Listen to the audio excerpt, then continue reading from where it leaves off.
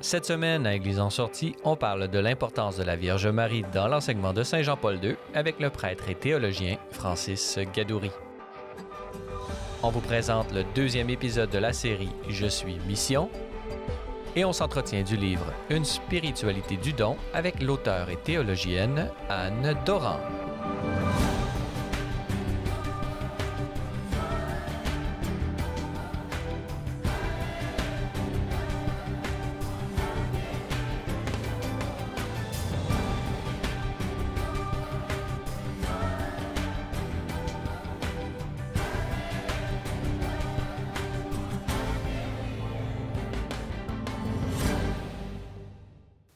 Bonjour mesdames et messieurs et bienvenue à Église en sortie. Aujourd'hui à l'émission, nous allons d'abord traiter de l'importance du rosaire dans la vie spirituelle chrétienne. Et pour nous en parler, nous avons avec nous par visioconférence l'abbé Francis Gadouri. Bonjour. Bonjour Francis.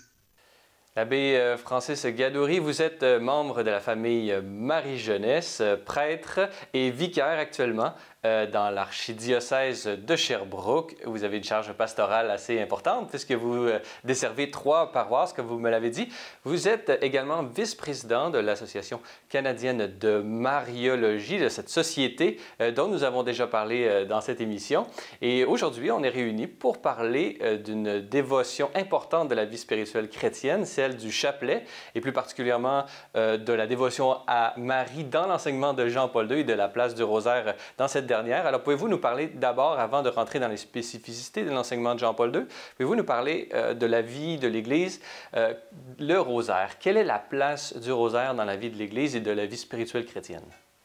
D'abord, une chose qu'il faut comprendre, c'est que le rosaire est une prière de dévotion personnelle à la base, mais la structure même du rosaire permet de le prier en famille, de le prier en groupe, en communauté, et ça en fait une prière d'église très, très, très puissante.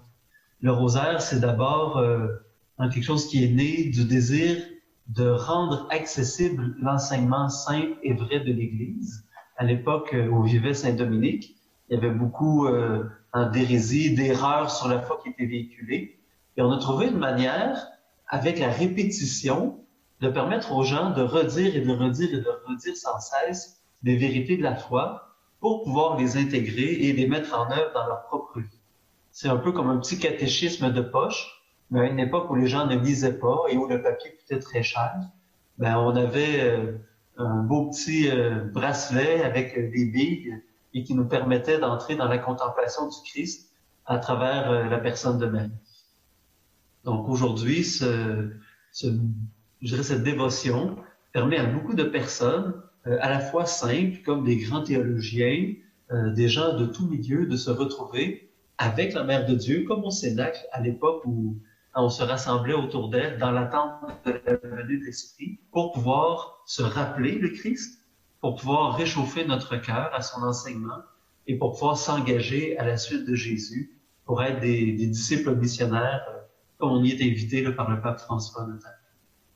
Cette dévotion, vous avez parlé des ordres prêcheurs comme Saint Dominique qui a incorporé, qui a initié cette tradition de répétition. On a fait un saut dans l'histoire assez important de plusieurs siècles, mais parlez-nous concrètement, plus récemment, on sait que le pape Jean-Paul II, tous les papes, mais le pape Jean-Paul II en particulier, avait une grande dévotion à la Vierge Marie. Il a même eu pour devise « Totus tuus », tout à toi, en s'adressant justement à Marie. Dites-nous, le pontificat de Saint Jean-Paul II, qu'est-ce qu'il a apporté de nouveau? Quelle était la place de la pratique du chapelet dans la spiritualité et la vie du pontife, du saint pape Jean-Paul II? Je pense que la base de toute la théologie mariale de Jean-Paul II vient de sa dévotion personnelle. Jean-Paul II, très très jeune, a vécu une expérience forte avec la Vierge Marie, ayant lui-même perdu sa mère. Et je pense qu'on n'a pas besoin de refaire toute l'histoire. On sait, le pape Jean-Paul II a connu la guerre, a connu les atrocités, a connu le manque de paix, et il a trouvé dans la récitation quotidienne du rosaire un lieu pour se recentrer sur ce qui était important au-dedans de lui. Et la Vierge Marie a été une maîtresse, une éducatrice une mère qui lui a enseigné la vie profonde, la vie intérieure, mais qui avait un impact concret dans la vie de tous les jours. Et c'est peut-être une des grandes, je dirais pas de nouveautés, mais une des grandes lumières que Jean-Paul II a voulu apporter sur cette pratique-là. C'est que le rosaire devient une école profonde où on contemple le Christ avec Marie. Et Jean-Paul II, avant d'apporter de la nouveauté, et il en a apporté de la nouveauté, il a d'abord fait des rappels. Rappeler à quel point le rosaire, c'est d'abord une prière tournée vers le Christ Jésus. On dit que c'est une prière mariale, mais en réalité, c'est une prière, pour utiliser un mot théologique, christocentrée, centrée sur le Christ. Mais on emprunte le chemin de Marie, on emprunte son regard, on emprunte sa disponibilité intérieure, on emprunte tout l'espace, les attitudes fondamentales de Marie pour aller plus rapidement au cœur de Jésus. Et c'est ce que Jean-Paul II a voulu mettre en lumière à travers tous les enseignements qu'il a fait sur Marie. C'est drôle puisque vous dites lumière, des nouveautés font partie de ces nouveautés, les mystères lumineux qu'il a ajoutés. Alors parlez-nous un peu de ces mystères lumineux et de leur sens profond.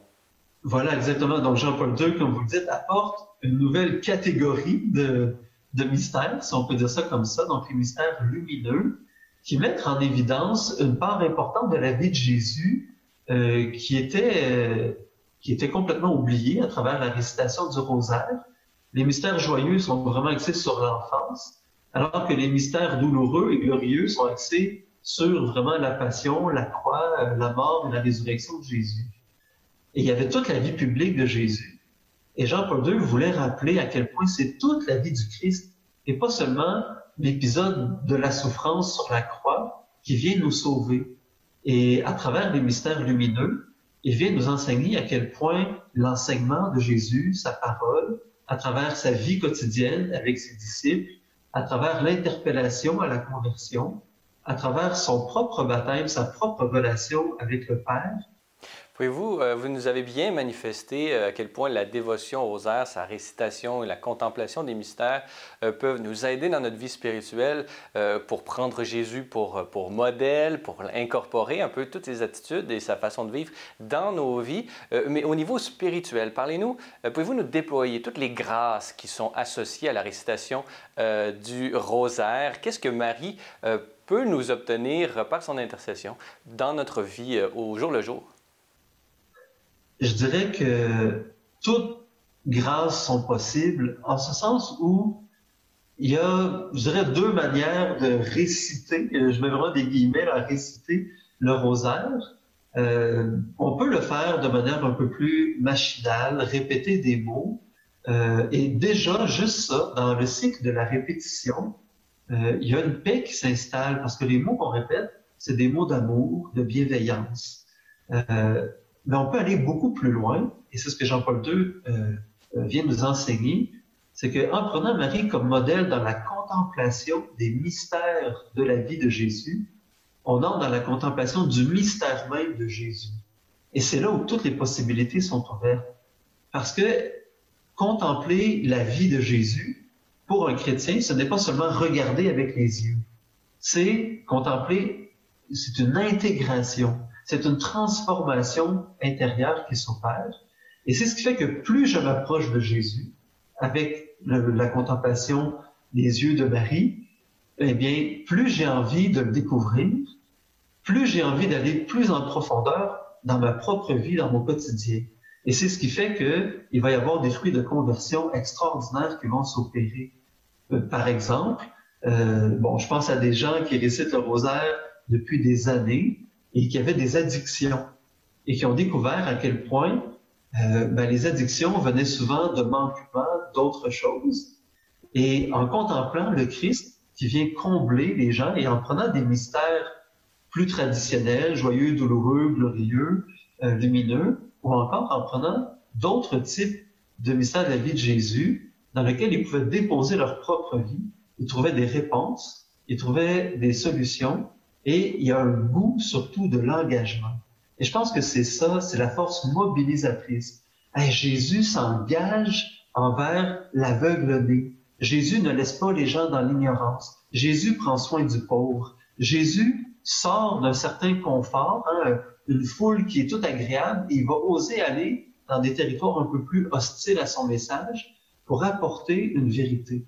Et ce goût de l'engagement-là va transformer tranquillement des familles qui vont se pardonner, qui vont se parler en vérité, qui vont retrouver un chemin de communion, mais va éclater aussi une paix extraordinaire dans des lieux de travail, dans des communautés complètes.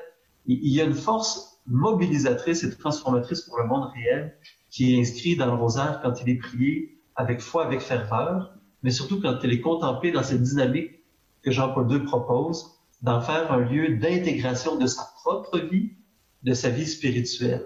Très bien. Alors, Francis Gadouri, je rappelle que vous êtes prêtre de la famille Marie-Jeunesse et également incardiné dans l'archidiocèse de Sherbrooke. Pour ceux qui seraient intéressés à approfondir justement toutes ces questions de mariologie avec vous, j'invite nos téléspectateurs à se rendre sur notre site internet au www.cielsetlumières.tv.org pour pouvoir écouter une plus grande conversation qui a été enregistrée entre nous dans le podcast Parésia, qui est disponible également sur toutes les bonnes plateformes de podcast, Apple Podcast, Google Play ainsi que Spotify. Alors, Francis Gadouri, merci beaucoup d'avoir été avec nous. Avec grand plaisir.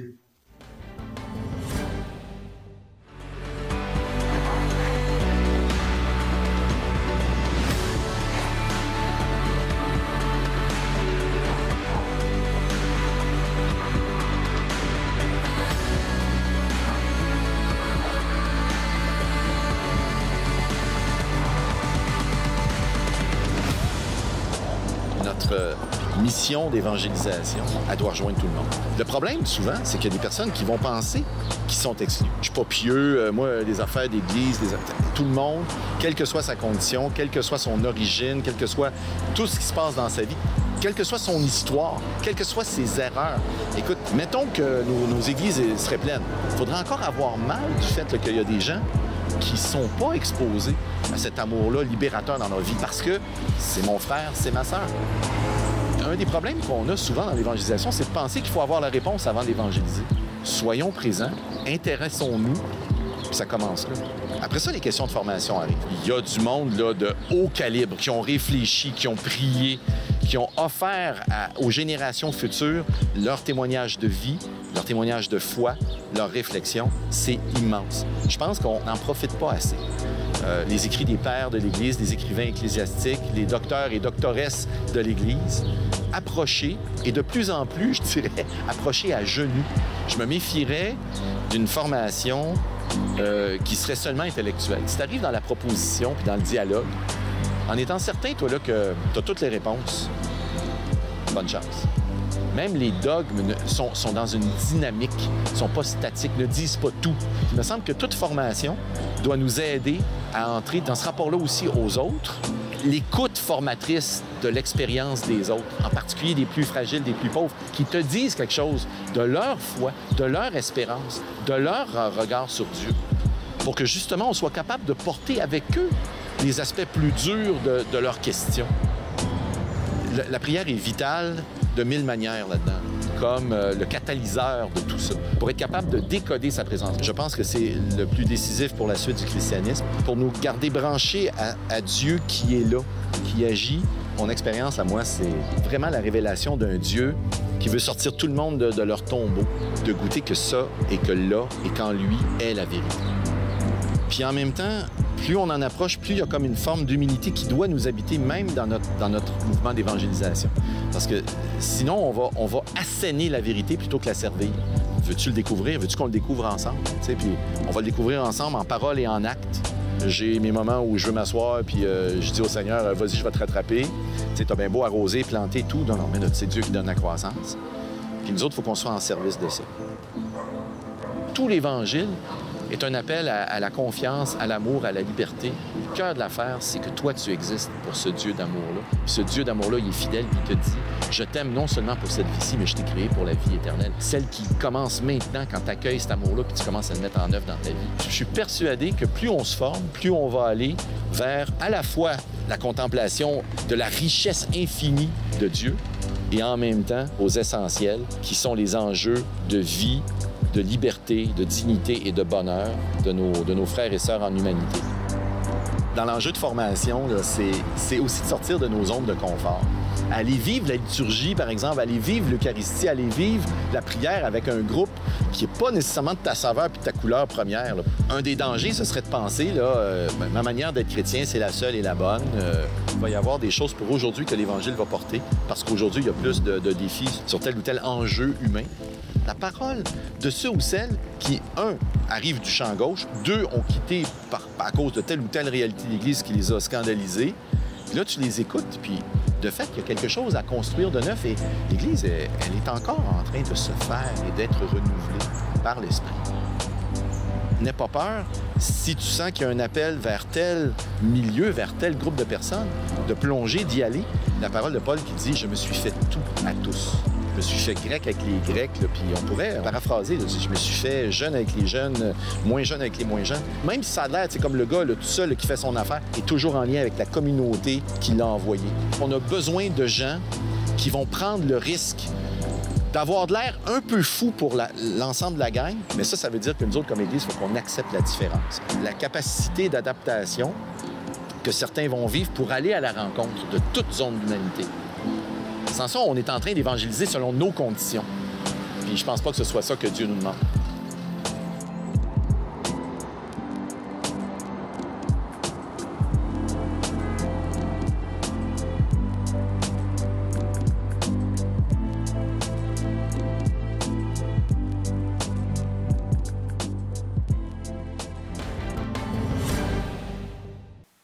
Dans cette troisième partie d'émission, nous allons discuter de spiritualité et pour nous en parler, nous avons avec nous Mme Anne Doran. Bonjour. Oui, bonjour. Anne Doran, vous êtes professeure à l'Institut de pastoral des Dominicains de Montréal. On va le voir dans cette entrevue, vous êtes à la fois philosophe, théologienne et également peut-être anthropologue, puisque vous avez réalisé et écrit ce livre fascinant, vraiment à la jonction de trois domaines et trois réalités qui se complémentent, nous allons le voir. Une spiritualité du don, Pensée Innu, philosophie et christianisme en dialogue, publié aux éditions Novalis. Alors, vraiment, c'est de ce livre qui vient toujours de sortir que j'aimerais discuter avec vous. Comme je viens de le mentionner dans le titre, on voit comment la spiritualité du don peut être un point de jonction et de dialogue entre différentes cultures. Alors, pouvez-vous nous parler, qu'est-ce que vous entendez par spiritualité du don? Ah oui, le don, c'est un certain regard sur le monde. On a appris avec Marcel Mauss, qui a écrit un essai sur le don là, au début, dans les années 20, qu'il y avait des peuples, ce qu'ils appellent les peuples archaïques, en Indonésie, dans d'autres régions du monde, qui nouaient le lien social à partir de cadeaux. Alors, il y a un peuple qui allait voir l'autre, il leur offrait plein de cadeaux, et l'année suivante, c'était le peuple qui avait reçu les cadeaux qui allait offrir des cadeaux à l'autre. Et c'est comme ça que le lien social se créait. Alors, Mauss a étudié ça de très près pour voir comment, à partir du don, le lien social se créait. Donc, le don est un symbole de la création du lien social et finalement, c'est un symbole extrêmement prégnant de sens. Et alors, quand on regarde, moi, c'est pour ça là, que j'ai mis en regard la pensée Innu, la phénoménologie et le christianisme, c'est parce qu'au fond, c'est trois pensées où le regard sur le monde est essentiellement mobilisé par le don. Vous notez plusieurs, justement, exemples de cette complémentarité, de cette correspondance qui existe entre la pensée Innu, entre la révélation chrétienne et avec la phénoménologie. Vous citez, par exemple, dans le cas de la révélation chrétienne, des penseurs tels que Augustin, bien sûr l'Évangile, Saint Paul, et également Saint Irénée de Lyon, dont vous faites un beau portrait. Pouvez-vous nous parler, si vous aviez à nous dresser un exemple de ces correspondances à partir de cette spiritualité du don? Oui, bien, par exemple, pour ce qui est du moi, OK? Alors, pour les Inuits, le moi, c'est pas moi qui me le donne. Je suis vivant et c'est le monde qui me donne la vie. OK? Donc, le moi est précédé par le monde et c'est ce qui fait que quand on regarde, par exemple, des récits des relations des Jésuites, les relations, c'est qu'elles nous mettent en contact avec le début du contact entre les peuples autochtones et les Français. Donc, il y a moins de chances que l'influence des uns sur les autres ait joué de façon extraordinaire et qu'on puisse pas saisir ce qu'ils étaient au départ, si vous voulez. Alors, les Autochtones, il y a le Père Lejeune en 1634 qui est avec une famille qui va à la chasse, si vous voulez. Et bon, le chef de chasse, le père de famille, le Père Lejeune est un peu découragé parce que la chasse n'est pas bonne. Ils prennent rien, alors ils ont très souvent faim. Et le père de famille voit bien que le Père Lejeune est un peu découragé et inquiet. Puis il lui dit, écoute, décourage-toi pas. Tu vas voir, nous, on est souvent 3 jours, 4 jours sans manger, puis on ne se décourage pas. On n'arrête pas de rire pour ça. Au contraire, on rit, puis la nourriture va revenir. En d'autres termes, et le jeune souligne dans ses textes que les Autochtones prennent la vie exactement telle qu'elle se présente. Alors, voyez-vous, quand on a le sentiment que la vie, elle ne nous appartient pas, c'est quelque chose qu'on doit recevoir constamment du monde, bien, à ce moment-là, on le reçoit tel qu'il se présente, parce que si on refuse sa présentation, on refuse la vie, carrément. Et cette acceptation du monde, même dans ses difficultés, elle est déjà présente dans le christianisme. Et à ce moment-là, peut-être que les Inuits ont eux-mêmes, d'une certaine façon, évangélisé le Père Lejeune lui-même, qui n'était pas nécessairement habitué à cela. Oui, entre autres, ils l'ont réévangélisé. Je veux dire, les Inuits, bon, générosité, partage. Mon informatrice Inuit, c'est ça qu'elle avait dit. Donc, c'est une loi extrêmement importante pour eux, le partage. Alors, voyez-vous, ils sont là. De temps en temps, ils prennent un caribou ou des castors pour survivre, mais il n'y en a pas beaucoup. Et il y a des gens qui arrivent, des groupes qui arrivent presque morts de faim. Et alors là, tout de suite, le réflexe, c'est le partage. C'est clair. Puis là, le Père Lejeune, par moment, il se dit, ben, est-ce qu'ils se rendent compte qu'ils nous enlèvent la nourriture de la bouche, puis ce qu'ils viennent manger là, on ne l'aura pas, puis peut-être qu'on va en mourir. Donc, c'est lui, là, il est chrétien, puis il est extrêmement dévoué. Là. Je ne suis pas en train de vous dire que c'est un égoïste, mais on voit bien qu'il ne part pas des mêmes catégories pour évaluer les choses. Alors, c'est ça. C'est pour ça que j'ai dit, c'était tellement évident chez les Inuits que j'ai essayé de voir, et il y a des correspondances, parce que, bon, le christianisme, voyez-vous, le moi qui nous vient, pour les Inuits, il vient du monde. Ben, j'étudie ensuite un texte des Confessions de Saint-Augustin où il parle à Dieu. Hein, les Confessions, c'est ça, c'est Augustin qui parle à Dieu tout le long. Il parle à Dieu en lui disant, ben, tu m'as créé, puis j'étais même pas là quand tu m'as donné d'être. Et je suis ce que tu m'as donné d'être. Alors, voyez-vous, il dit, ben Dieu, il me précède. Hein? C'est ça, une pensée du don, c'est une pensée de l'antérieur. On est précédé dans ce qu'on est, voyez-vous. Et cette nécessité de l'antécédent dans la conception du moi, elle est également présente dans le courant philosophique de la phénoménologie. Pouvez-vous nous le déployer? Oui. Ben, en phénoménologie, il est très clair que mon moi, il ne me vient pas de moi-même. Phénoménologie, ça veut dire, au fond, c'est ce qu'on reçoit à l'esprit. OK? Tout ce qu'on reçoit à l'esprit est phénomène, si vous voulez. Et alors, le phénomène, c'est un don. Donc, tout ce qui m'arrive est un don, et c'est ça qui me forme, qui me donne à moi-même, qui me détermine à ce que je vais être. Donc, les circonstances, les gens, on peut le vérifier, par exemple, de façon très, très facile par la parole. Hein? Si la parole nous est donnée. Si on ne nous a pas parlé, on n'apprend pas à parler. Regardez tous les films sur les enfants loups, par exemple. Un enfant élevé par des loups, il arrive à survivre, mais il n'arrivera pas à parler. S'il a passé un certain seuil où il n'y a personne qui lui a parlé. Donc, la parole, elle nous est donnée. Elle devient nôtre après. Hein? La parole qui nous est donnée, c'est la parole des autres. Et c'est cette parole-là, dans la mesure où moi, je vais la mettre en œuvre, qui va me former dans ce que je suis. Alors, voyez-vous, c'est ça, c'est un don qui nous donne à nous autres-mêmes, qui nous donne notre personnalité la plus propre, mais notre personnalité la plus propre, elle me vient d'un antérieur qui m'est donné. Et votre livre fait également, disons, met en acte et prend acte des enseignements du pape François qui fait la promotion d'une culture du dialogue. Alors, votre pensée, elle est vraiment dialogale entre différentes approches et qui les met en commun pour pouvoir justement dénicher certaines perles et certains trésors liés à l'humanité. Oui, puis François, entre autres, a mis beaucoup sur les peuples autochtones d'Amazonie. Et les peuples autochtones d'Amazonie, on le voit très, très bien.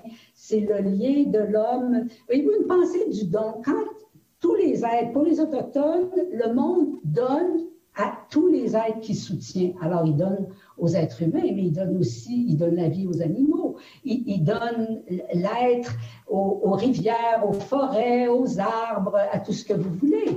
Donc, au fond, c'est une conception du réel où tout le monde est partie prenante de la même chose. Donc, il y a des liens et à travers ça, il y a des liens de dons. La rivière est en lien avec les peuples qui sont riverains, elle leur donne la vie et en retour, eux s'occupent de la rivière. Donc, voyez-vous, ce que Mose disait, la création du lien social, là, il y a un lien très, très intime avec tous les éléments du monde. Et c'est ça que François, entre autres, il voit là une très grande sagesse qui nous permettrait de protéger notre terre. Et c'est un fondement pour toute la réflexion écologique qu'on doit développer parce qu'on en a besoin. Hein? C'est notre maison commune, il faut la protéger, mais il faut lui trouver des fondements aussi à ça. Alors voilà.